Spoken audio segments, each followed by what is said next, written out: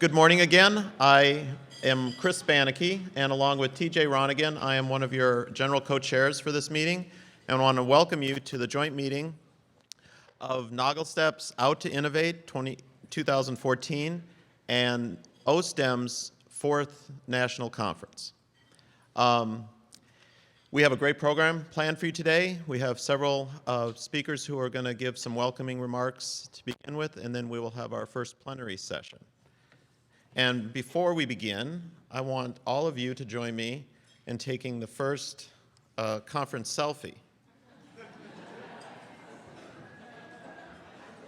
Okay, so you all got to squeeze in.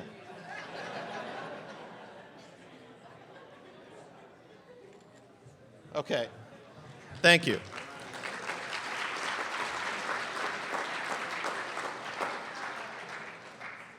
Let me invite Eric Patridge, the president of oSTEM, to the podium, and he's going to have some opening remarks for us.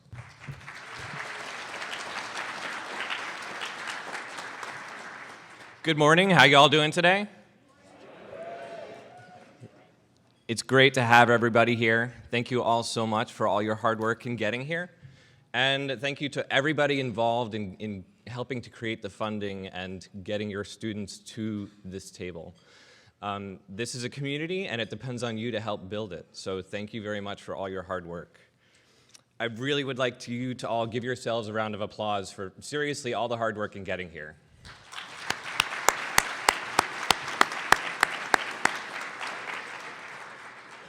So I have just a few minutes. I'd really like for the oSTEM board to just come up and say hello. So would you all come up? I think everybody's in the room. We might be missing a few people. And in the meantime, as they come up, I would really like to acknowledge our founding sponsors who are helping to make this event happen. Genentech, Google, Danaher, GoDaddy, and General Motors are the founding sponsors for this particular session. We'll be announcing others as well. So to keep this brief so that we can get through our schedule, I would like to say that it's been a true pleasure to work with the National Board for oSTEM, and it's been a unique experience this year collaborating with NOGLSTP. And so we're happy to bring you this event, and we're going to go through and just announce who we are. AP, get up here. So I'm Eric Patridge. I'm president of oSTEM. I'm a research scientist at Yale University, where I look for novel natural products from bacteria and fungi from the rainforest. And that's my introduction. Good morning. I'm Dee Connor. I'm the Vice President of Projects and Programs for oSTEM, and I'm the conference program chair. So if you have questions about the program that aren't answered readily by the program book or someone standing next to you, I am happy to answer any of those questions, so feel free to flag me down. Thank you so much for being here.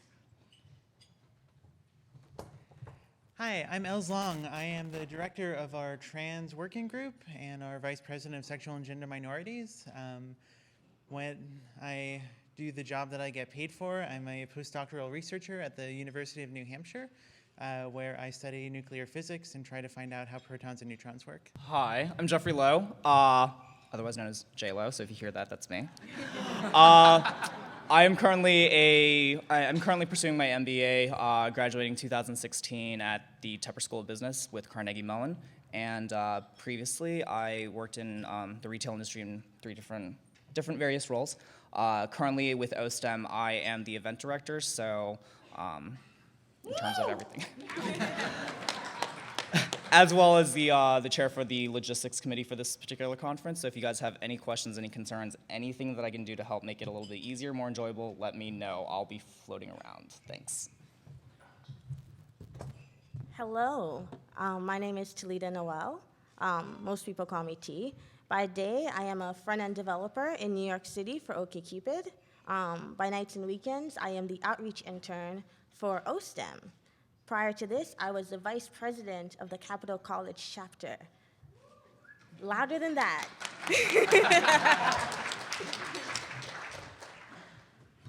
Good morning, everyone. My name is Adam Stoffel. For my day job, I'm a consultant at Microsoft in the public sector. And my gay job is here with oSTEM. I'm the Vice President for Information Technology. And a quick plug for anyone who didn't see our sign this morning, we have an online schedule or agenda for the event. So it's 2014.ostem.org. Pull it up on your smartphone and you can see the conference agenda. Excellent.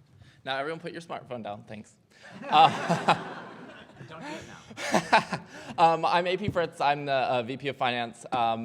Really excited that I got to help a lot of you students get here to this conference. If you have any other finance questions, other funding sources fell through, come talk to me.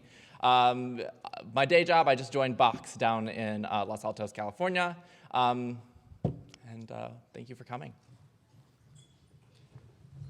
So I'd also like to say we have another board member who's not here. He is in London on a new employment with a company. So I'd also like to acknowledge some other folks who have really been helping over the years, including, oh my goodness, I don't have them in front of me. I'm blanking. I want to get all of them. Okay, so Drew Sablehouse, Richard Bellamy, and Cody Morrow have really been historically helping us to get to where we are today. So can we give everybody a big round of applause again? Thank you.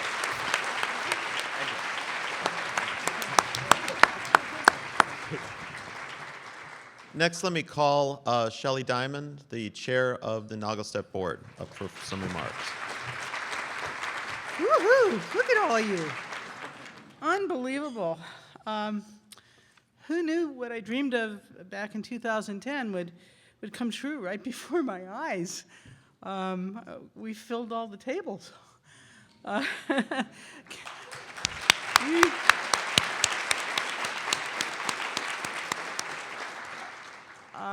Yeah, I'm stunned. Thank you all for being here at this great joint conference of NOGLSTP's Out to Innovate Summit 2014 and oSTEM's 4th National Conference. I'm very pleased and delighted to welcome you to this spectacular weekend. Thank you, Georgia Tech, for providing such a wonderful conference center and hotel. This weekend should be filled with fun and mentoring and learning and networking with your fellow students and professionals from industry and academe and government and everywhere. And that's really the purpose of this. We hope that you'll share your experiences, get to know each and every one of you. This is about networking. This is about finding our journey, our career arcs, getting a hand up from people, where to go next and what's in store for me. We want to share insights cross-generationally. We have as much to learn from you as you have to learn from us. So please, open up and share. I think that there's going to be just wonderful workshops, and I hope that it'll meet all your needs. I want to thank all of our sponsors, and especially the 3 main founding sponsors for our Out to Innovate, which is GoDaddy, Raytheon, and Lockheed Martin. We thank all of you for that. And for all of our wonderful speakers, invited speakers, and presenters, and workshop poster people. I mean, this has just come together so beautifully. oSTEM, thank you for working with us and providing us an avenue to these wonderful students that you bring. What's so important about bringing all of us together cross-generationally? And I just want to say that, we've come a long way, but we still live in pivotal times.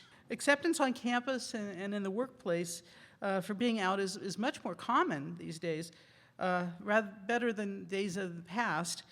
Yet it depends on which campus you're at and which company you work for and where geographically you are. You may work for a wonderful company, but you may be stationed in a geographical place which is not welcoming. And we all need to work on that together. We still have such work to do.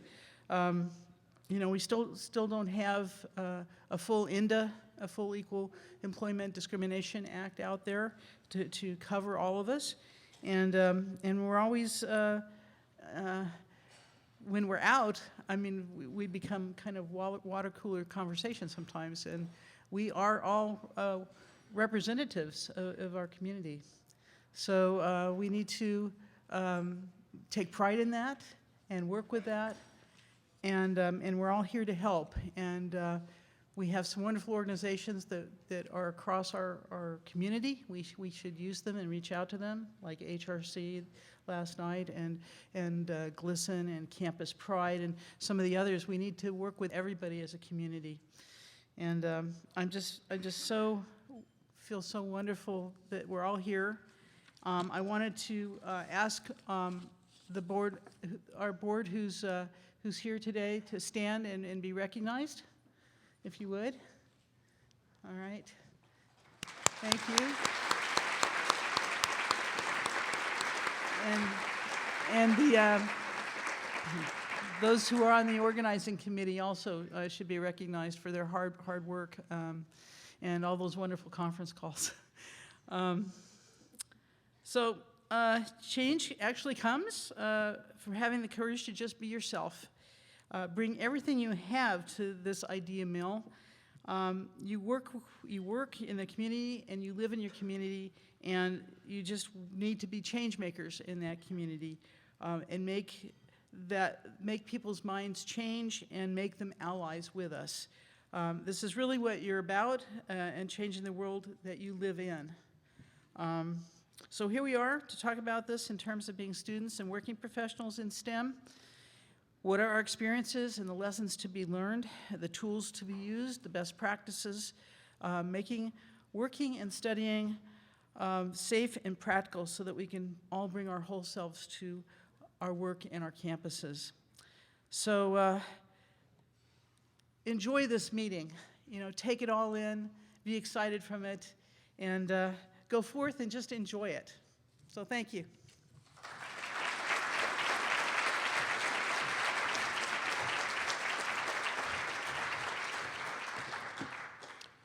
Next, let me introduce Archie Earvin. He's Vice President of Institute Diversity at Georgia Tech, our host institution, who's given us these wonderful facilities to use, and he will have some opening remarks for you. Good morning. We are immensely proud to be here hosting you in the city of Atlanta on the campus of Georgia Tech, a place where when I arrived a little over 3.5 years ago, we didn't even have a path defined forward as to how this campus, our campus, could become inclusive of everybody on our campus, including members of the LGBTQ communities at Georgia Tech and others plus. And in about 1.5 years after my presence here, we now have a path forward because we now have a dedicated resource office with a professional staff. It's a beginning, not very big, but we're paving the way forward at Georgia Tech, which is something really, really important. And your presence here gives us the spirit to go faster and farther in this journey because everybody knows about this event. We made it our passion to tell the president, the vice presidents, and all around Georgia Tech that we are hosting this event on the campus of Georgia Tech. We're right here in Technology Square. This is a big thing at Georgia Tech, where innovation, we say, is the wave of the future. Well, we need to innovate in the way that we make our campus communities more inclusive and welcoming of everybody that's here. Our talent knows no boundaries of difference in terms of identities. And so we have to understand that we need to make this place the place where people can be successful based upon their will to do and to live up to their capabilities. There's so much that's going to be happening today and tonight and tomorrow. I trust that you had a chance to, if you haven't before visited the city of Atlanta, take part in the tours. I hope if you went out last night that the city was kind to you and that you're smiling and open and awake this morning. Atlanta's a fun place, folks, let me tell you. A couple of blocks from here, it all happens. And I say that as vice president, but it does. I was young one time. I remember that, okay? So a lot of appreciation should be expressed to the organizers of the events for the joint historic meeting of two outstanding organizations leading the way in our country for full equality for all people in our country. And I applaud that the effort to make that happen, to bring the generations together, because that's where it's happening. I didn't know when I first met Chris that there was a grand scheme in mind. I first met Chris on a board that one of our colleagues here at Georgia Tech assembled for diversity focus in chemistry. And they probably had this already planned at the time that they came to me and said, we might be interested in having Georgia Tech host this. Well, you know, I'm game for a lot of things, but they were farther along in the thinking. But I'm so glad you all had the forward vision to say that Georgia Tech could be the place where this historic occasion could happen. So on behalf of all who represent Georgia Tech, welcome to our campus, to the city of Atlanta. This is a really fun place. And I think for the people who are still in process in school, that you should not leave here without having rubbed elbows with the people who are leading the way. This is networking at its best. Take advantage of that, because when you leave here, some of these people you can call on to help you further along your careers in the future. Welcome to the Georgia Tech campus, to the city of Atlanta. Have fun, be productive, enjoy all that's offered. Thank you.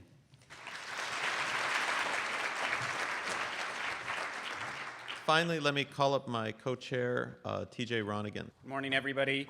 My name is TJ Ronningen. I'm the co-chair of the joint event along with Chris. Thank you so much for being here. It is just wonderful after the preparation and organizing, the number of people who are here, the number of speakers we had, propose excellent workshops, and show up and volunteer their time.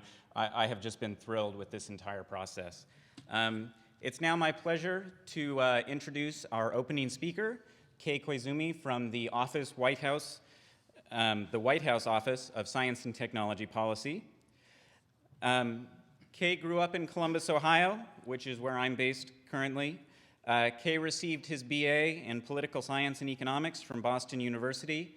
He also received an MA from the Center for International Science, Technology, and Public Policy at George Washington University. In his professional roles, Kei has served as the Director of R&D Budget and Policy Program at the American Association for the Advancement of Science. In 2008, Kei joined the White House Office of Science and Technology Policy, and Kei has continued to serve with that office, and he is now the Assistant Director for Federal Research and Development. Kei lives in Washington, D.C. with his husband, and if you Google Kei, I love that the two things that show up are his White House role and wonderful pictures of Kei's athletic feats in races, hurdles, swimming. He and Jeff together. Go ahead and Google Kei sometime. It's very enjoyable. But for now, please help me to welcome Kei Koizumi.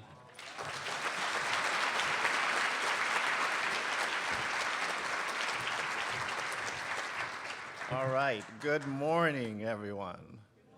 Oh, good. So I was a little bit nervous about trying to do a motivational speech at 9:30 on a Saturday morning, but I think we're over that. We're off to a good start.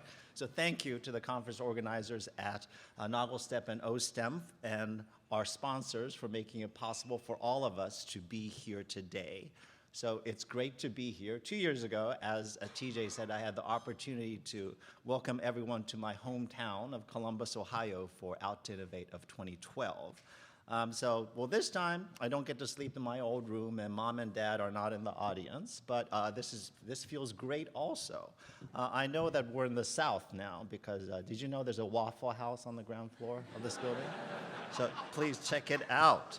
It's great to be here. I know I'm in Atlanta because of that. So I'm at the White House Office of Science and Technology Policy now, or oSTP. And I know many of you didn't know that there was a White House Science Office, but there is.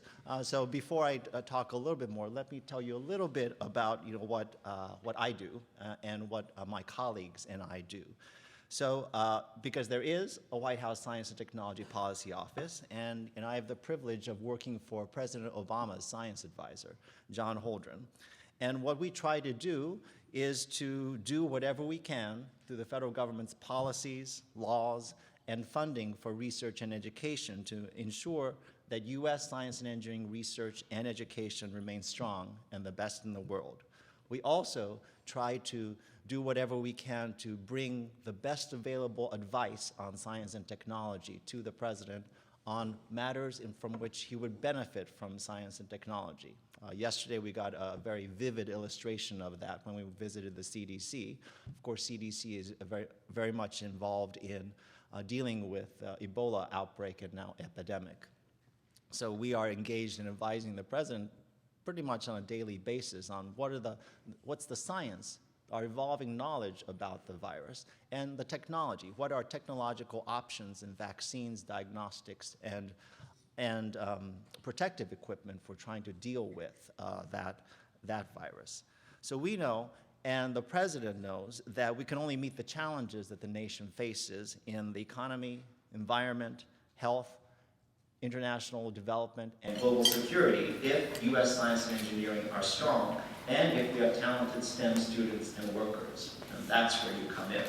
So it's a pleasure to say that I bring with oSTP, John Holden's wholehearted support for this Career Summit's goal to encourage everyone to consider and pursue science, technology, engineering, and mathematics studies and careers, or STEM. It was a little bit difficult even to describe what I was going to do to them, because I had to say lesbian, gay, bisexual, transgender, science, technology, engineering, and math. So it's great to be here at this LGBT STEM career fair from every part of our society, because I was also going to add in the Asian American Pacific Islander, but that would have been too much. President Obama has said that this is an all-hands-on-deck moment in American history, when we need the talents of all Americans in order for the U.S. to remain economically competitive in this global economy. A key part of sustaining U.S. economic competitiveness will be sustaining and building on our strength in science, technology, engineering, and mathematics. America needs a skilled workforce of innovators, scientists, engineers, technologists, and educators for the knowledge jobs of the future. And by all hands on deck, we mean all hands, drawn from all parts of our diverse society. And LGBT Americans are very much a part of that vision. So for the president, he's very proud of the accomplishments that this nation has made in the last few years to move LGBT Americans closer to full equality. A couple of examples. Don't Ask, Don't Tell was officially repealed in 2010. So today,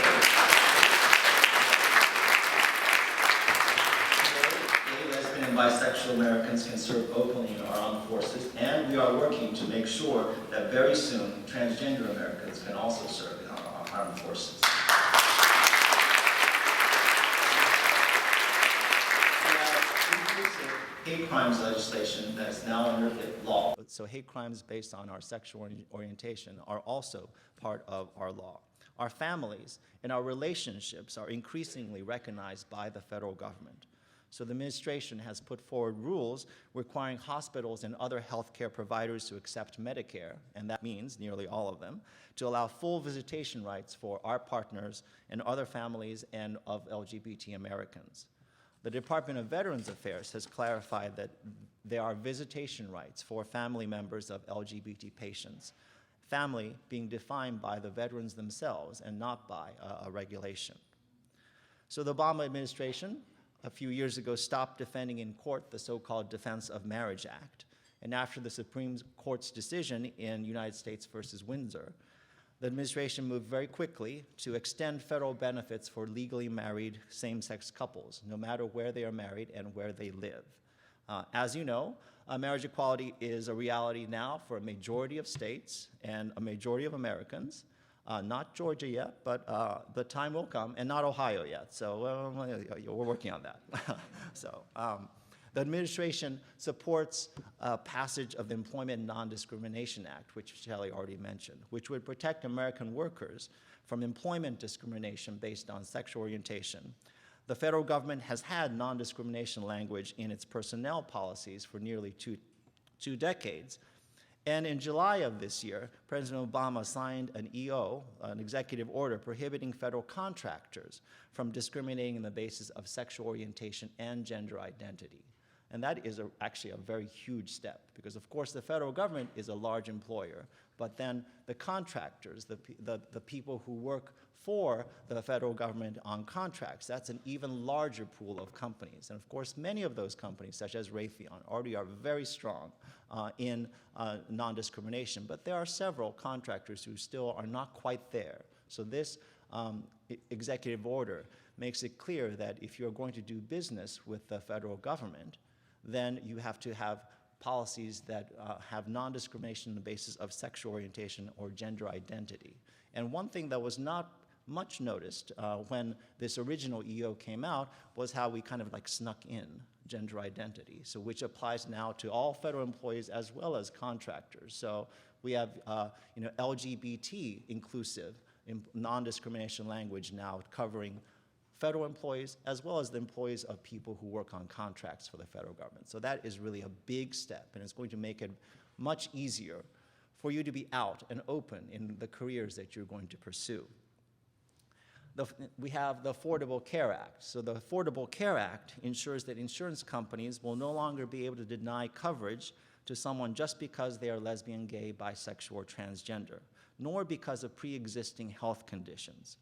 And starting next year, insurance companies that offer coverage to opposite-sex couples can't deny coverage to legally married same-sex couples. So this is actually amazing, and compared to some of my early memories of coming out in the 1980s, it's amazing because at that time, so many of my friends and older mentors were very worried about losing insurance coverage because if they lost coverage, they would be unlikely to be able to get coverage again because of their pre-existing condition of being HIV positive or living with AIDS.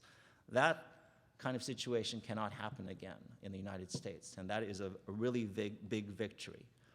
Internationally, the United States is engaging with the international community to advance human rights of LGBT people around the world. In 2011, the President issued a presidential memorandum which directed all federal agencies engaged abroad to ensure that U.S. diplomacy and foreign assistance promote the human rights of LGBT persons and to protect the rights of LGBT persons around the world. And that could make a very big difference in many of the countries in which we're engaged with in international development. So the administration is also tackling bullying and supporting LGBT students and allies. In 2012, in Texas, the White House, the Department of Education, and the Department of Justice hosted the first ever White House LGBT conference on safe schools and communities. The president himself recorded an It Gets Better video message with White House staff to show our support for LGBT young people. When you Google me, you might find that I'm in that video also. So I'm in that video with the president, though we're not in the same room, so I still have a little bit of regret about that. But anyway, we are still there. And the administration has appointed an unprecedented number of LGBT Americans with scientific and technical backgrounds to federal offices. So when you Google me, you'll probably see my name on a long list of appointees working in the Obama administration who are openly LGBT. So that includes now our nation's new Chief Technology Officer, my new colleague and person down the hall, Megan Smith, who recently joined the oSTP in her capacity as Chief Technology Officer of the United States. My friend Amanda Simpson is the first transgender presidential appointee, and she was originally at the Department of Commerce, and now she's a technical advisor to the Department of Defense. So she is going to really help in ending the discrimination against transgender Americans in our armed forces. And of course, we have a lot, we even have like big groups now of LGBT appointees around the federal government. And I'm actually happy to say that there's so many of us that we've even had like a small gathering of AAPI LGBT STEM appointees in the federal government. So there are actually more than one of us, so that is wonderful. Speaking of STEM, in science and technology, we've also made some great strides for LGBT Americans. So the NIH, the National Institutes of Health, issued a report in 2012 that identified the gaps and opportunities in its research portfolio related to LGBT health, following recommendations that the Institute of Medicine had made in an earlier report. So this report is informing NIH and the greater research community in important areas in which LGBT health needs can be addressed through more research from the federal government. So no longer are our health issues invisible to biomedical and other health scientists. So NIH is supporting research grants on the specific health challenges and disparities faced by LGBT Americans. And I appreciate that, and I'm going to make sure that the federal government continues supporting research on our community's health needs.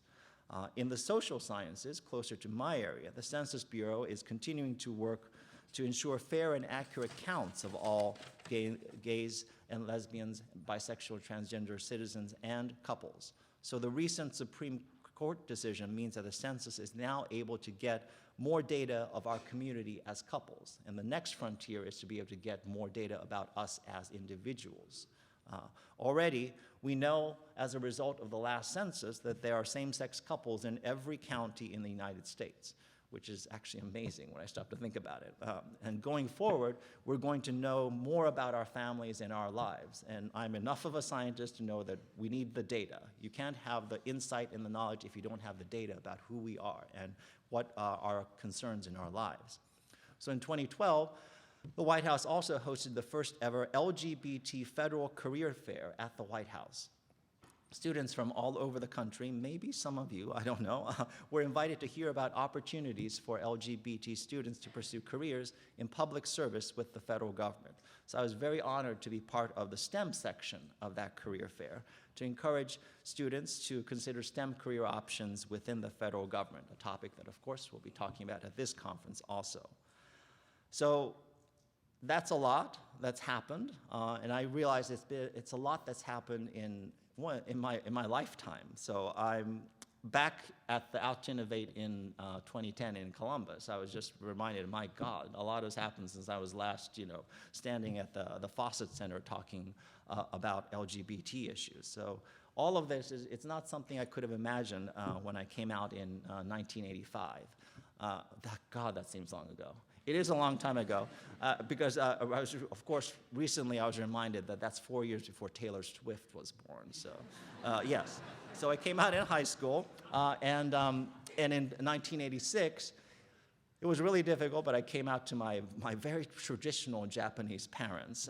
So that was, compared to that, everything's been pretty easy. So we have really come a long way, not only society, but also personally. So I've been openly gay in college, in grad school, and in the workplace. And so I've made a career in science and technology policy as a gay Asian American man, which is something that I don't think I could have imagined several decades ago. Oh, and I'm married now, so I need to put that out there. So okay. Oh yeah. So I proposed to my husband, Jeff, 16 years ago this week. And in recent years, only recently did we finally become legal in the eyes of the District of Columbia government and now the federal government. So I think that's pretty good. He would have been here, yes. Thanks. He would have been here, by the way, but he's in a different part of the South, in Arkansas, this weekend for his sister's baby shower, and also because it's the beginning of hunting season, not a lie. And my parents have come around. So actually, they've come around quite a bit. So my mom is now a PFLAG mom, and she's marched with me in some pride parades. She even saw me compete in some of these events. So if you Google even further, you may see like a picture of me swimming in the Georgia Tech Olympic pool with a gay swim team. So that's back from the 90s. So if you look at that, Kei Koizumi, Georgia Tech, that might show up. It was great to be able to actually compete in a gay athletic event in Ohio this past summer with mom and dad kind of watching and cheering. So yeah, we have come a long way. So let's talk a little bit more about STEM. So as I said, the federal government is moving forward on encouraging all American students to pursue STEM studies and STEM careers. So we have federal science agencies are continuing to increase investments in basic and applied research and in STEM education, even in tough budgetary times. Because to win the future, we have to keep investing in the future of new knowledge, new technologies, and new people. So it's my mission, my job to make sure that whatever opportunities you want to pursue, that the federal government is going to be there to support you. Times are always going to be tight, but we want to expand as much space as possible so as many of you as possible can pursue your research and your education.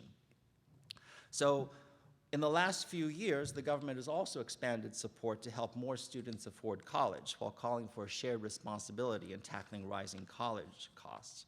You know, we have kept student loan interest rates low, and we've also ended wasteful subsidies to student loan providers to channel the savings toward improving college access. So all of this is really toward the goal of, if you're willing to work hard and study hard, we want to make it possible, working together for you to get an education and for you to use your skills to contribute to our society. And, well, as you know, it is going to be hard work, and there's really no getting around that. And I know that, of course, many challenges still remain, especially for LGBT students. Too many of us still grow up isolated, bullied at times because of our disclosed or perceived sexual orientation or gender identity. I'm lucky that I wasn't really bullied or teased because people thought I was gay.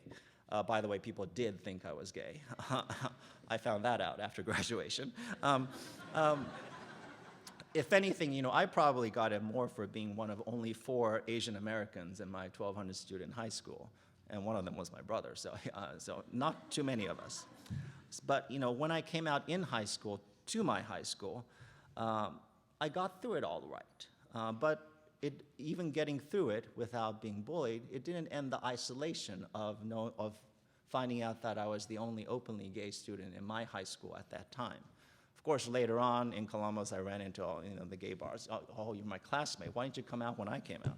But everyone has their own time and timeline for coming out. In fact, one of my high school classmates I only ran into in Washington 4 years ago. It's like, well, it's about time you came out to me.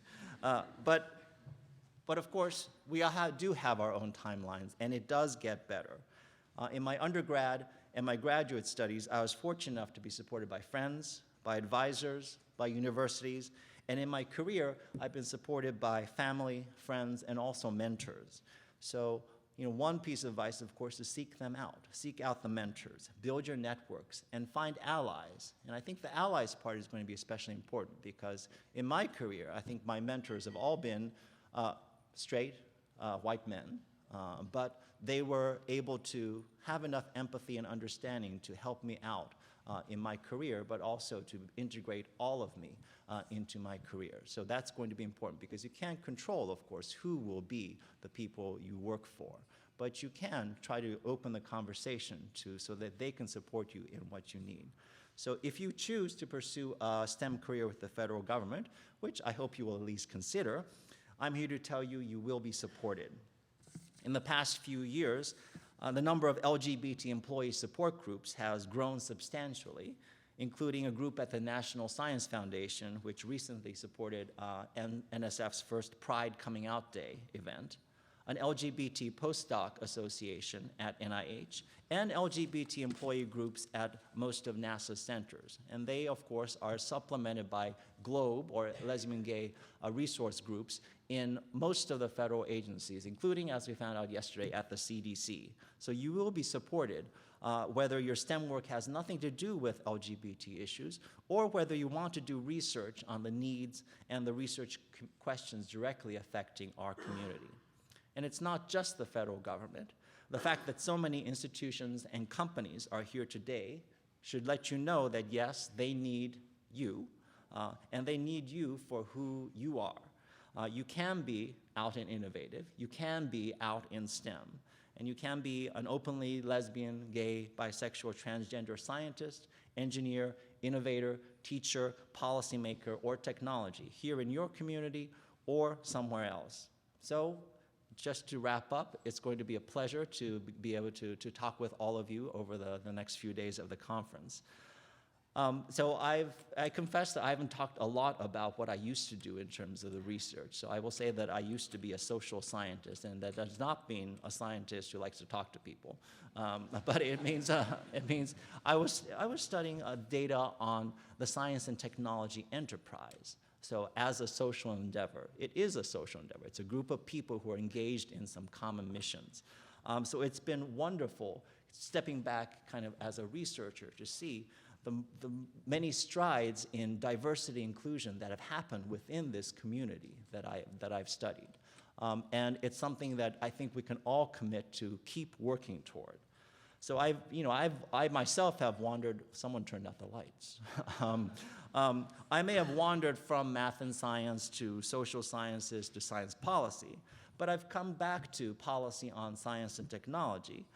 And as a gay man, I left Ohio to my parents' everlasting regret. But I went back. I wound up at the White House, which is pretty good, and my parents are happy about that now. Especially since I got them in and got them onto the South Lawn to watch the helicopter go up for the president. I think for me personally, I got the chance to introduce my husband Jeff to my boss, President Obama's science advisor, and that is a really wonderful feeling. And I think that one sentence kind of captures everything that's been wonderful about LGBT and STEM in my life. So I hope you can find your sentences and your wonderful opportunities as well. So everyone, let's do great things. Let's be out and innovative. Let's be out in STEM, and thank you very much.